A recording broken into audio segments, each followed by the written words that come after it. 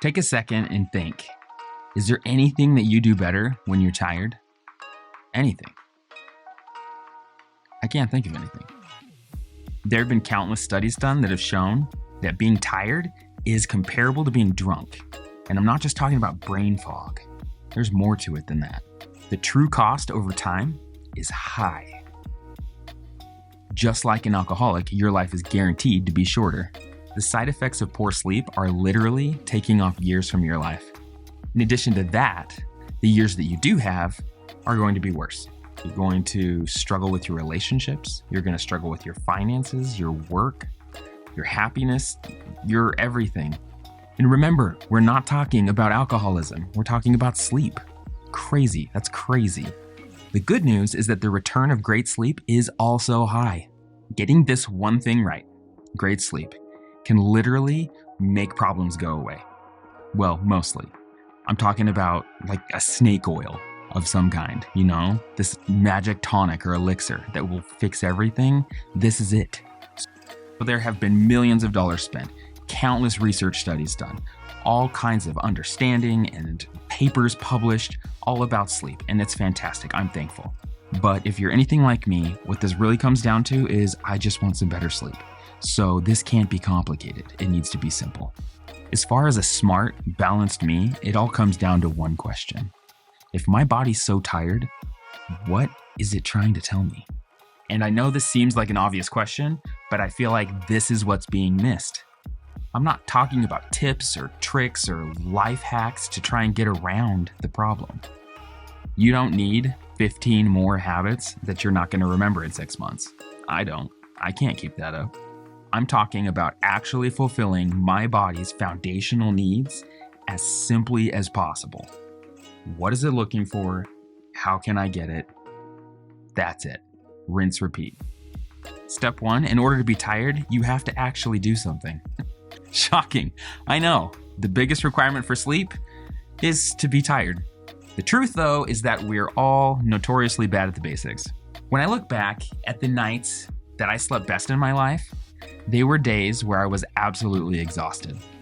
I grew up on a farm doing some pretty demanding physical work for as long as the sun was out, and sometimes even longer if my dad could manage to find a flashlight and keep us going. I honestly can't remember as a kid having any trouble sleeping after a day of throwing hay bales around, chasing cows, fixing fence posts. It just didn't happen. I was too worn out. Now as an adult, my twin brother and I have decided that it's so much fun to hike 11,000-foot peaks with 60 pounds on our backs. Those are the nights that even though I'm sleeping on the ground, I just pass out. At home, after attempting to assemble a piece of IKEA furniture that my wife and I thought was a great idea, my mind is toast. Side note, is anyone else struggling with those directions from IKEA? If I can just get through one project and not have extra hardware that I know should have gone somewhere, that'd be great. So when I actually use my body and my mind, then they need rest and repair. Instead, when I sluggishly wander through the day, I sluggishly wander through the night. So my answer for having a better sleep life is having a better awake life.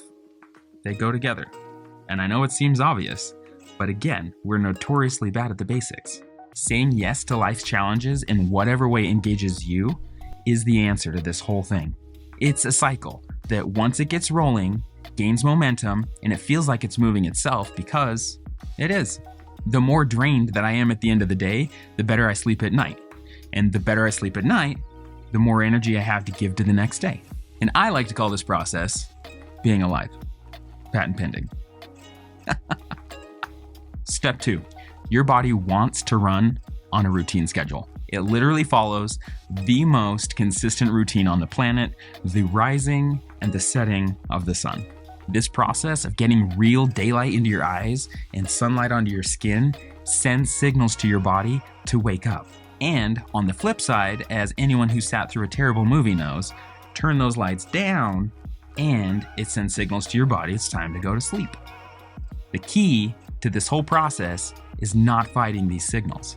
By simply listening to the directions that your body's sending you, great sleep is going to start happening all on its own. This isn't a process of being perfect. It's just a process of being consistent. Some of us are night owls. Others of us are early birds. There isn't a wrong or a right type of bird.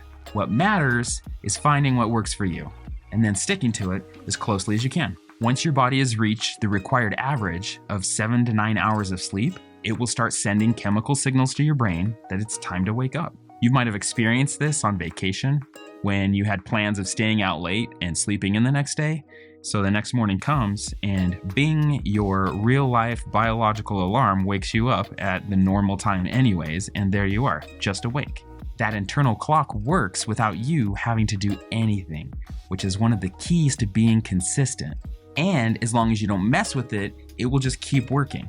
Like we talked about earlier, I want to be consistent, which means the fewer things that I have to do, the better chance I have for success. Your body's natural sleeping and waking system is automation at its best. You simply just have to follow and listen to directions, which I know can be difficult. Especially when you want to watch one more episode to figure out what happens next in that show. But trust me, Downton Abbey isn't going anywhere. Step 3. Stop treating your body's chemical processes like a junior high lab experiment. It's the start of a new day, and you still have some remnants of sleep clouding up your mind. So you reach for your favorite stimulant, coffee, energy drink, soda, whatever. It does its job and picks you up quickly, and you're on your way. Now it's the middle of the afternoon, and you're absolutely dragging. So you reach for your favorite stimulant, coffee, energy drink, soda, candy bar, whatever. Once again, it does its job, and you're back on track. Now it's early evening and you're wiped out, but you still have dinner. There's dishes, the kids, homework. So you reach for your favorite stimulant, coffee, soda, energy drink, candy bar, whatever. Your hero does it again, and you power through your night. Naturally regulating chemicals like insulin, adenosine, serotonin have all been on a wild ride, on a roller coaster going up and down, soaring and crashing. For example, stimulants like caffeine have a half-life of 6 hours, which means that after 6 hours, only half of it, 50%, has broken down in your body, and the other half is still actively flowing and surging through your brain and your bloodstream. If you take that half-life down again, you still have 25% of that caffeine after 10 to 12 hours that's floating around in your brain. So that pick-me-up that you reached for at 2 p.m. is still there floating around at 11 p.m. when you lay down to go to sleep. And even if you can manage to fall asleep, it's going to be harder to get into deep sleep and to stay there. And that's the kind of sleep that restores and repairs your body. So, to sum it up, your natural systems have been tampered with. This game of cat and mouse, where your body's sending signals that it's tired and you're chemically trying to dodge around it, have left you restless and awake in the dark. My question is, what would your body function like if it was given what it actually needed instead of a chemical substitute? If your body's tired, what is it trying to tell you? Take a second to look back in the last 24 hours and figure out where was it that you got in the way of your body's natural processes. Trust me, if you take a minute, you'll find it. You could repeat this cycle and just grab something to get you through the next couple of hours, kicking the tired can down the road. Or you could do something different, like take a walk for 15 minutes and get some daylight and some fresh air and a little bit of movement. By making a different choice, you're going to allow your body to get back to its natural routines and cycles, which will allow you to hit that pillow hard tonight.